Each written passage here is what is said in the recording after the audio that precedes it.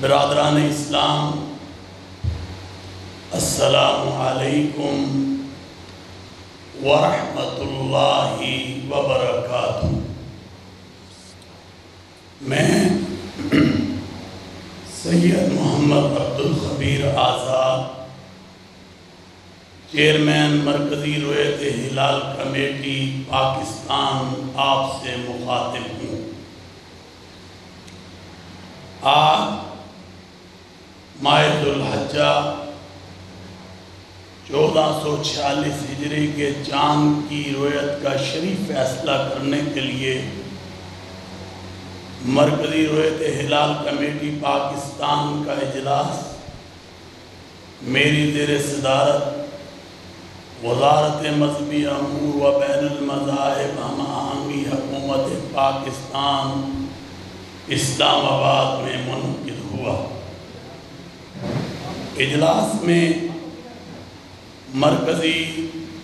رؤیت ہلال committee Pakistan اور zonal رؤیت ہلال committee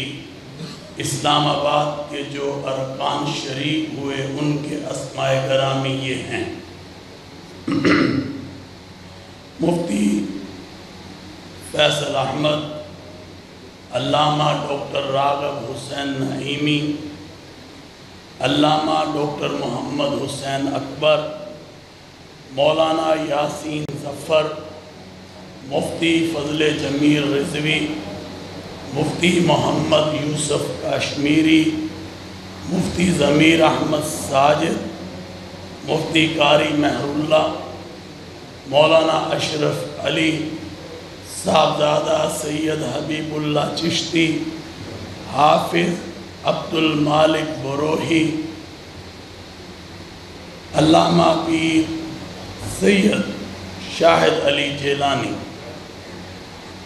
zonal رؤیت ہلال committee اسلام آباد کے جو ارکان شریک ہیں: مفتی محمد اقبال نعیمی، مفتی عبدالسلام جلالی، مولانا ابوبکر صدیق، پیر محمد ممتاز احمد ضیاء، علامہ سبطین کاظمی۔ اس کے علاوہ پاکستان بھر میں زونل رؤیت ہلال کمیٹیوں کے اجلاس، ان کے متعلقہ ہیڈ کوارٹر لاہور، کراچی، پشاور، کوئٹہ میں منعقد ہوئے۔ رابطے کے فرائض: وزارت مذہبی امور حکومت پاکستان سے حافظ عبدالقدوس اور ڈاکٹر شاہد الرحمان نے، جبکہ فنی معاونت کے لیے محکمہ موسمیات سے ڈاکٹر محمد حسن علی بیگ، محکمہ سپارکو سے شوکت اللہ خان اور وزارت سائنس اینڈ ٹیکنالوجی سے زین العابدین نے اپنی خدمات سر انجام دیں۔ آج پاکستان کے اکثر اور بیشتر علاقوں میں مطلع ابر آلود رہا اور کچھ علاقوں میں مطلع صاف رہا۔ پاکستان کے کسی بھی مقام سے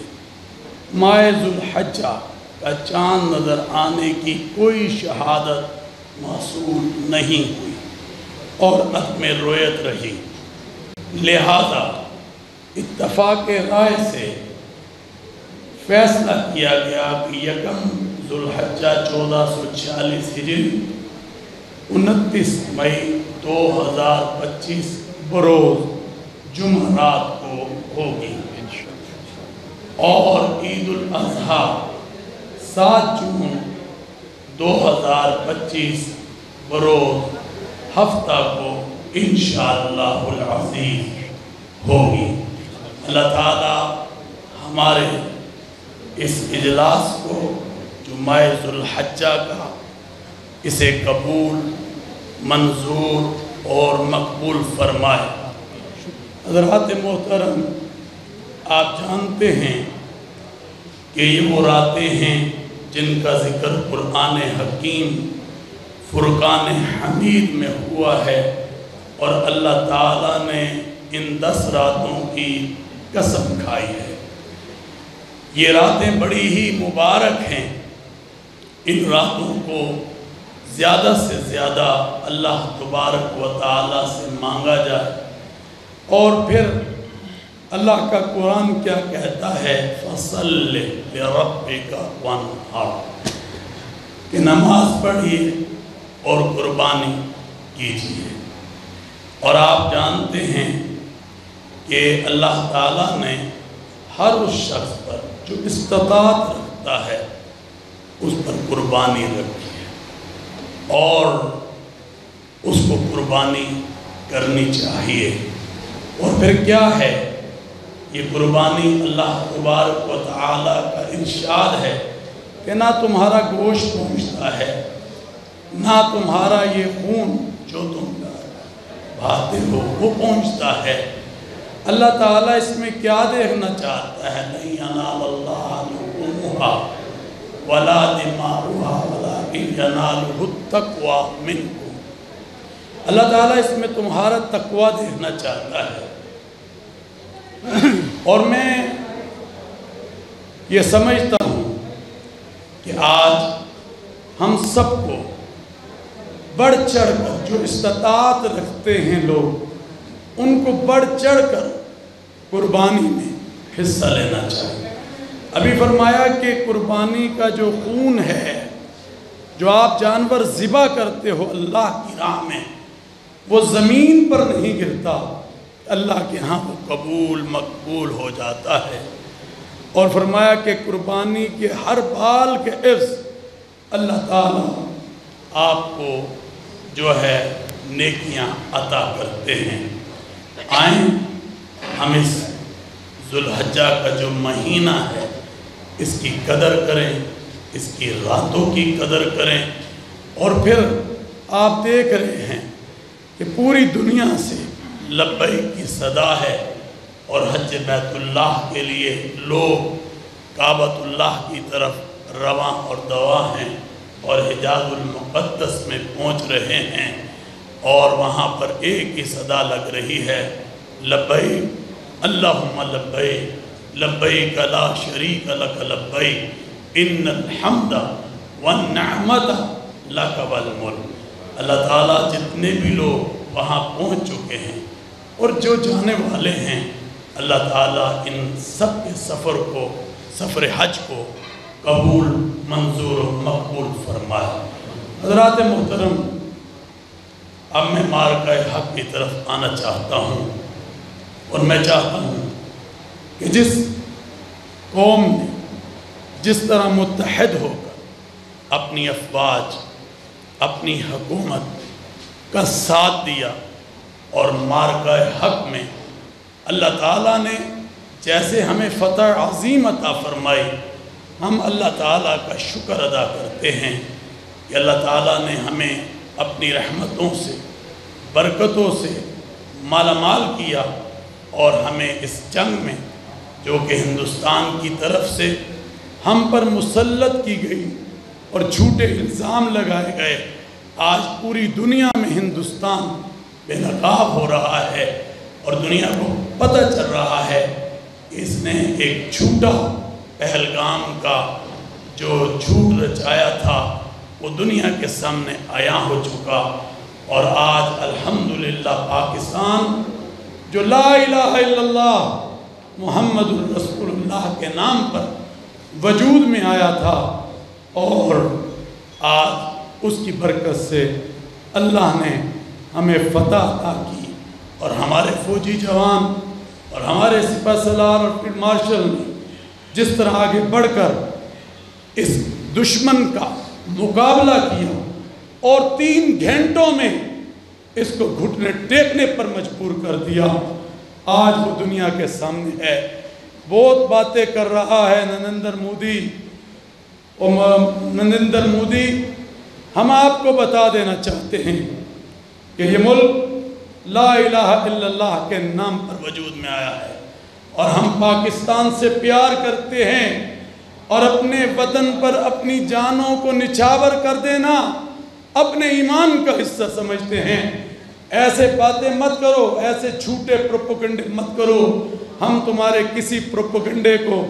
ماننے والے نہیں ہیں۔ اور کل جو آپ نے تقریر کی ہے اور جو یہ کہا ہے کہ جوان اٹھیں اور وہاں کی عوام اٹھے،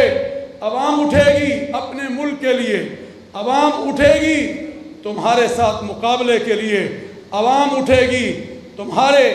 مقابلے کے لیے، اور انشاءاللہ العزیز جیسے تمہیں اب جواب دیا ہے، اگر تم اب آؤ گے اس سے بڑھ کر انشاءاللہ العزیز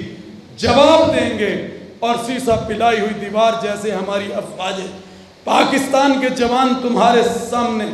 بنے ہیں، اس سے بڑھ کر بن کر دکھائیں گے۔ اور اللہ نے ہمیں یہ فتح عطا کر کر دنیا کو بتا دیا ہے پاکستان ایک مضبوط ملک ہے،